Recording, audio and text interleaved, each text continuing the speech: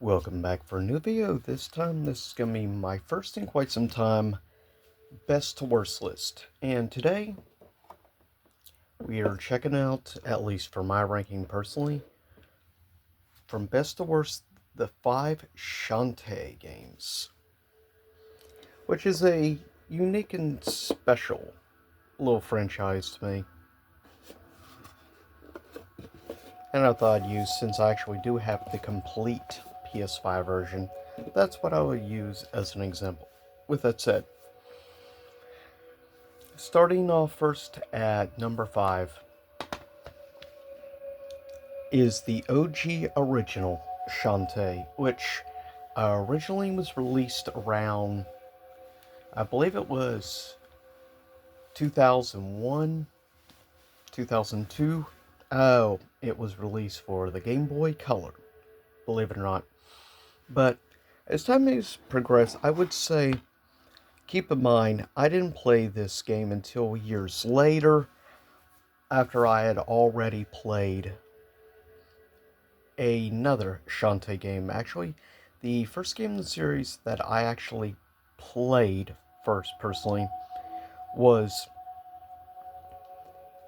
the fourth game in the series, which I originally first played on, I believe it was Xbox One, because it was a freebie 1 month.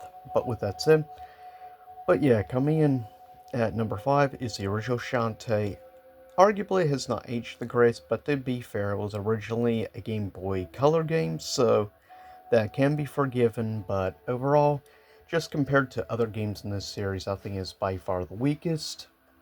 Though difficulty-wise, it is arguably one of the hardest overall, but it is a great first installment, I think, of the series. Hopefully someday we get a new game. Coming in next at number 4 is actually the last game that was released, and that is Shantae and the Seven Sirens. This game I have very mixed opinions on. From an animation perspective, it actually looks great in my opinion. Overall, the problem is the creature or boss designs. They all look the same. They all are just basically scantily clad female characters like Shantae herself, but that's unfortunate. There's not really a real variety of different like boss creature designs, unfortunately. And I feel also there's a lot of, I feel it's like the least, how shall I put this? It feels like the least passionate game in the series as a whole. The first game has aged the worst, which is why I put it just a little below this. From the animation perspective, I mean, the animation is actually solid in the game. The music is okay. It's not bad either. It's pretty reasonably solid. But the problem is the variety of actual boss creature designs and stuff is where I feel it really loses me, and also the fact there's just a couple of different really nitpicks I have with the game as a whole, just specific issues. Coming in at number 3 is Shantae Risky's Revenge, though this is the director's cut. Like the first game, it was originally released strictly on handheld. I think it has arguably aged a lot better than the first game, and this didn't come out too much later on. In between the two, I think this one aged a lot better. You can definitely tell it had a bit better budget than the original, but also I like, honestly, the creature designs in this game. It's one of my favorite parts about Risky's Revenge. Though also, I like the main antagonist as well quite a bit of this game. That is where I specifically enjoy this and put it in the middle. Coming in next is, actually, of the 5, this is the most recent one I played.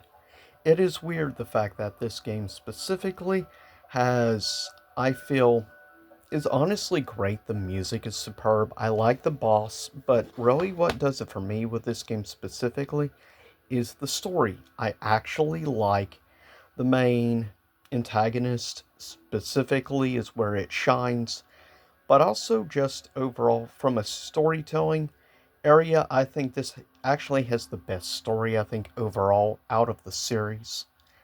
But with that said, there are a few nitpicks here and there, but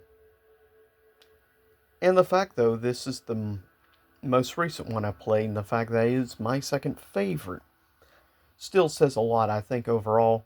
There is a variety, at least in the creature designs. The music is great. The animation is superb. This really is when I think the series really jumped up, at least in animation quality, as well as just in general the characters. I like very much. And I do love the whole pirate aesthetic, specifically of this game, is really cool. Pirate's Curse. Why it's the most coveted and sought after in the series, though, I'm not quite as sure on. But with that said, coming in at number 1 was the first game in the series that I ever played. This was my introduction to the series, with the fourth game.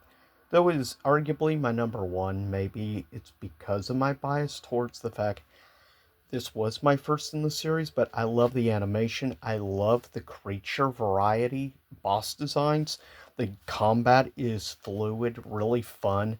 The animation quality is superb. And it actually has more interesting characters, I think, than, say, the Seven Sirens does. But overall, it's maybe a bit more just biasness. The fact that this was my first game to introduce me to the franchise as a whole.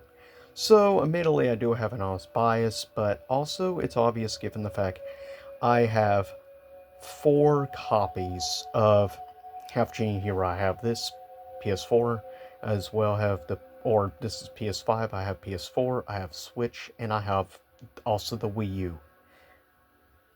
So yes, plus I have digital on Xbox One. So, needless to say, I love this game. This is the main one I've gone out of my way to get multiple times. Because it is my favorite. Whether it's the fuzzy, warm feeling I get when I occasionally go back and find myself playing this game again.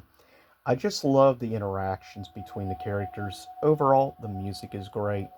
But I highly recommend Half Genie Hero, personally. Out of the series, this is the one I recommend the most. And the fact is, one of the more reasonably priced games in the series as well, I think helps it reach more people. But with that said, I'll see y'all next time. Leave a comment below, tell me your thoughts, and with that said, I will see you all again soon enough. Same YouTube time, same YouTube channel. I just thought, do this.